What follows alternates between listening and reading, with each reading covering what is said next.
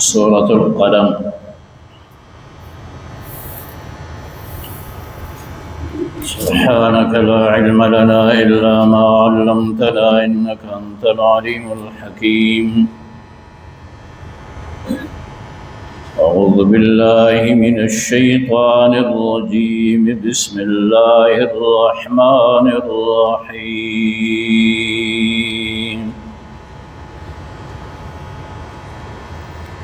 نون والقلم وما يسطرون ما أنت بنعمة ربك بمجنون وإن لك لأجرا غير ممنون وإنك لعلى خلق عظيم. فستبصر ويبصرون بأيكم المفتون. إن ربك هو أعلم بمن ضل عن سبيله وهو أعلم بالمهتدين.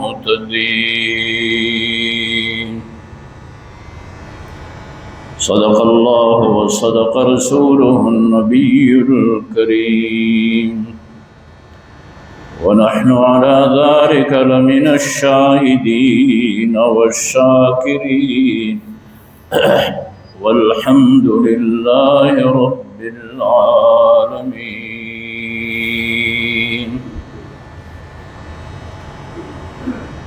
اس سے پہلے ہم پڑھ رہے تھے سورۃ ملک. اب سورۃ قلم یہ مکی صورت ہے. مکی اور مدنی صورتوں کا آپ کے سامنے تذکرہ ہوتا رہا ہے. رسول اللہ صلی اللہ علیہ وسلم کی ہجرت طیبہ سے قبل قرآن کریم کا جو حصہ نازل ہوا ہے اسے مکی کہتے ہیں، اور آپ صلی اللہ علیہ وسلم کی ہجرت کے بعد جن صورتوں کا نزول ہوا ہے وہ مدنی کہلاتی ہیں. تو سورۃ القلم مکی صورت ہے. اس سے پہلے سورۃ ملک کے اندر اللہ تعالیٰ کی وحدانیت اور اللہ تعالیٰ کی قدرت کو ثابت کیا گیا تھا، اس پہ دلائل دیے گئے تھے، اور اللہ کے بندوں کو اس کا پابند بنایا گیا، حکم دیا گیا کہ اللہ ایک ہے، اس کے ساتھ کوئی شریک نہیں ہے، اللہ پہ ایمان لے آؤ. اب سورۃ القلم کے اندر اللہ تعالی قسم لے کر جناب رسول اللہ صلی اللہ علیہ وسلم کی نبوت اور رسالت سے بات شروع کرتے ہیں کہ آپ صلی اللہ علیہ وسلم اللہ کے نبی اور اللہ کے رسول ہیں. جہاں آپ صلی اللہ علیہ وسلم اپنی نبوت کا اعلان فرما کر اللہ تعالیٰ کی وحدانیت بیان فرماتے ہیں تو لوگ نعوذ باللہ آپ صلی اللہ علیہ وسلم کے متعلق مختلف انداز سے بات کرتے ہیں. کیوں کہ ایک ایسے معاشرے کے اندر کہ بت پرستی عام ہے اور ایک شخص تنہا اس میدان میں، اس معاشرے میں ایسا آ کے کھڑا ہو جاتا ہے اور تمام کے تمام معبودان باطلہ کی نفی کر کے انسانیت کو دعوت دیتا ہے کہ میں اللہ کا نبی اور رسول ہوں، ایک اللہ کی عبادت کرو. تب ایک شخص کو تنہا دیکھ کر نعوذ باللہ پھر اس کے متعلق یہی لوگ کہنے لگے، اگرچہ ان کو بات سمجھ بھی آتی رہی لیکن رسول اللہ صلی اللہ علیہ وسلم کے متعلق وہ کہنے لگے کہ نعوذ باللہ مجنون، پاگل ہیں، دیوانہ ہیں، جو اس طرح کی باتیں کرتا ہے. ایک خدا ہو کر، ایک اللہ ہو کر پوری کائنات کو کس طرح سنبھالتا ہے، کس طرح کی باتیں کر رہا ہے. تو اللہ کریم سورۃ القلم کے اندر اس بات کو واضح فرماتے ہیں. نون یہ حروف مقطعات میں سے ہیں سر اللہ فلا تطلبوا، اس سے پہلے بھی حروف مقطعات سورتوں کی ابتدا میں آئی ہوں۔ یہ اللہ اور اس کے رسول کے درمیان ایک راز ہے، اس کے معنی اللہ اور رسول بہتر جانتے ہیں۔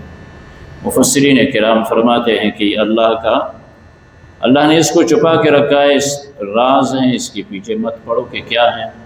نون، آگے فرمایا والقلم وما یسطرون، مجھے قسم ہے قلم کی۔ اللہ تعالیٰ قسم لے رہے ہیں کس چیز کی؟ قلم کی۔ اس کی عظمت کو سامنے رکھ کے اللہ تعالیٰ اس کا قسم لے رہے ہیں۔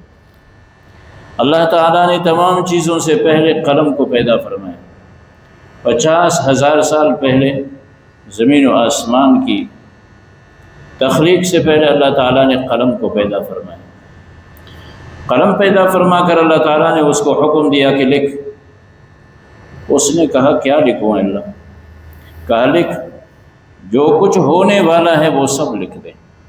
یعنی انسانوں کی سب کی تقدیر اللہ تعالیٰ نے اس قلم کو حکم دے کر محفوظ کر لیا اور لکھ لیا۔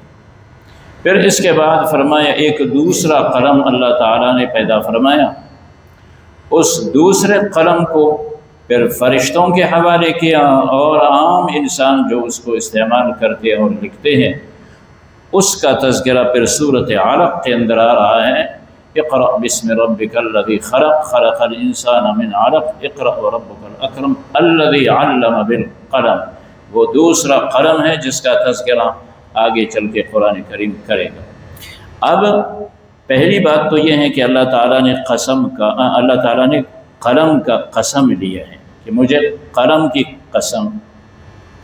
وما یسترون، اور جو کچھ اس قلم کے ذریعے سے لکھتے ہیں لکھنے والے وہ فرشتے جو انسانوں کے اعمال لکھتے ہیں۔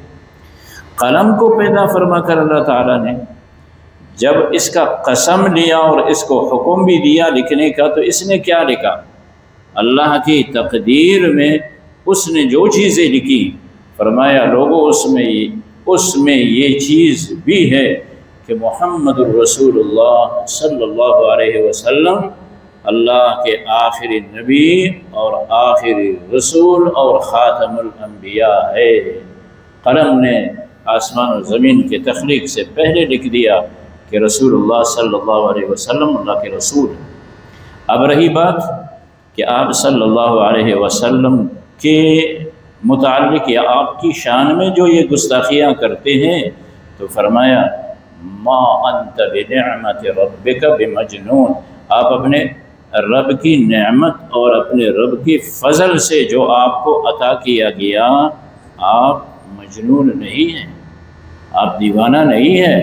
میں اللہ اس بات کا اعلان کرتا ہوں وَإِنَّ لَكَ لَأَجْرًا غَيْرَ مَمْنُونٍ، اور آپ کو اس دعوت، اس تبلیغ اور اللہ کی وحدانیت کے پرچار پہ جو اجر و ثواب اللہ دے گا وہ غیر منقطع لا متناہی ہے، بہت بڑا اجر ہے آپ کا۔ یہ تو آپ کے شان میں یہ کہتے ہیں کہ نعوذ باللہ محمد صلی اللہ علیہ وسلم مجنون ہے، میں رب یہ کہتا ہوں انک لعلی خلق عظیم، آپ صلی اللہ علیہ وسلم اخلاق آپ پہ ختم ہے، آپ انتہائی اخلاق ہے۔ حضرت عائشہ رضی اللہ تعالی عنہ سے پوچھا گیا کہ رسول اللہ صلی اللہ علیہ وسلم کے اخلاق کے متعلق، تو آپ رضی اللہ تعالی عنہ نے فرمایا کہ قرآن پڑھو، قرآن سارا کا سارا رسول اللہ صلی اللہ علیہ وسلم کا اخلاق ہے۔ وہ ایسے نبی، وہ ایسے رسول، وہ ایسے عامل قرآن تھے کہ پورا قرآن کہا یہ تو آپ کا اخلاق ہے۔ تو پھر آپ صلی اللہ علیہ وسلم کو تسلی دی جاتی ہے فَسَتُبْصِرُ وَيُبْصِرُونَ، وہ بھی دیکھ لیں گے، آپ بھی دیکھ لیں گے، میدان لگنے والا ہے، وہ کیا ہے؟ آخرت ہے۔ بِأَيِّكُمُ الْمَفْتُونُ، کون ہے مفتون؟ فاطر العقل کون ہے؟ مجنون کون ہے؟ ان ربک هو اعلم، تیرا رب جانتا ہے اس انسان کو ضل عن سبیلہ، وَهُوَ أَعْلَمُ بِالْمُهْتَدِينَ۔ گمراہوں کو بھی اللہ جانتا ہے اور ہدایت پانے والوں کو بھی۔ چنانچہ ارشاد خداوندی ہے اعوذ باللہ من الشیطان الرجیم بسم اللہ الرحمن الرحیم نون سر اللہ فلا تطلبوه والقلم وما یسطرون، مجھے قسم ہے قلم کی اور ان چیزوں کی قسم جو تحریر میں لائے جاتے ہیں۔ ما انت بنعمت ربک بمجنون، کہ آپ صلی اللہ علیہ وسلم اپنے رب کی نعمت سے مجنون نہیں ہے۔ آپ پہ اللہ نے نعمت کی ہے، آپ پہ اللہ نے فضل کیا ہے۔ وَإِنَّ لَكَ لَأَجْرًا، اور آخرت میں آپ صلی اللہ علیہ وسلم کے لیے اجر ہے غیر ممنون، وہ منقطع نہیں ہوگا، بہت بڑا اجر ہوگا۔ وَإِنَّكَ لَعَلَىٰ خُلُقٍ عَظِيمٍ،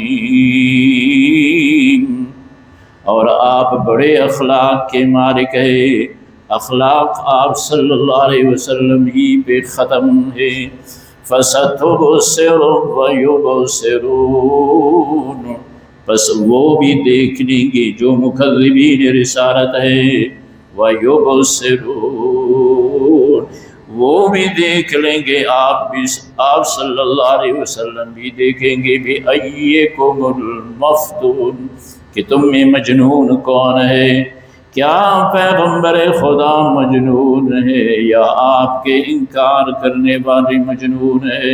ان ربک هو اعلم، بے شک تیرا رب وہ بہت جانتا ہے، بمن، اس انسان کو ضل عن سبیل، جو بہک گیا، دور جا پڑا اس کے راستے سے۔ وَهُوَ أَعْلَمُ بِالْمُهْتَدِينَ، اور وہ جانتا ہے ہدایت پانے والوں کو۔ اللہم وفق۔